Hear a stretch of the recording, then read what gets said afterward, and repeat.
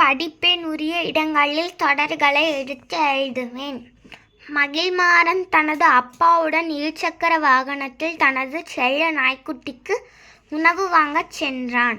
செல்லும் வழியில் வண்ண வண்ண காலணி வாங்க ஓடி வாருங்கள் என்ற விளம்பர வரிகளை படித்தான். மேலும் அருகில் சாலை பணிகள் நடைபெறுகின்றது, இடதுபுறம் திரும்புக என எழுதப்பட்டிருந்ததை படித்து அப்பாவிடம் கூறினான்.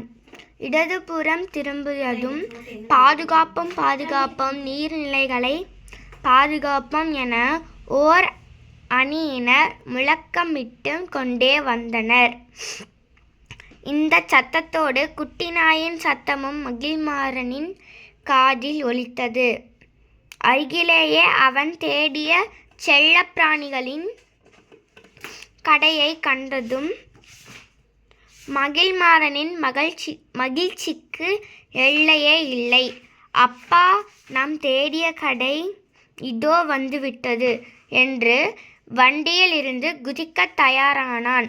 அப்பா, வண்டி நின்ற பிறகு மெதுவாக இறங்கு மகிழ்மாறா என்றார்.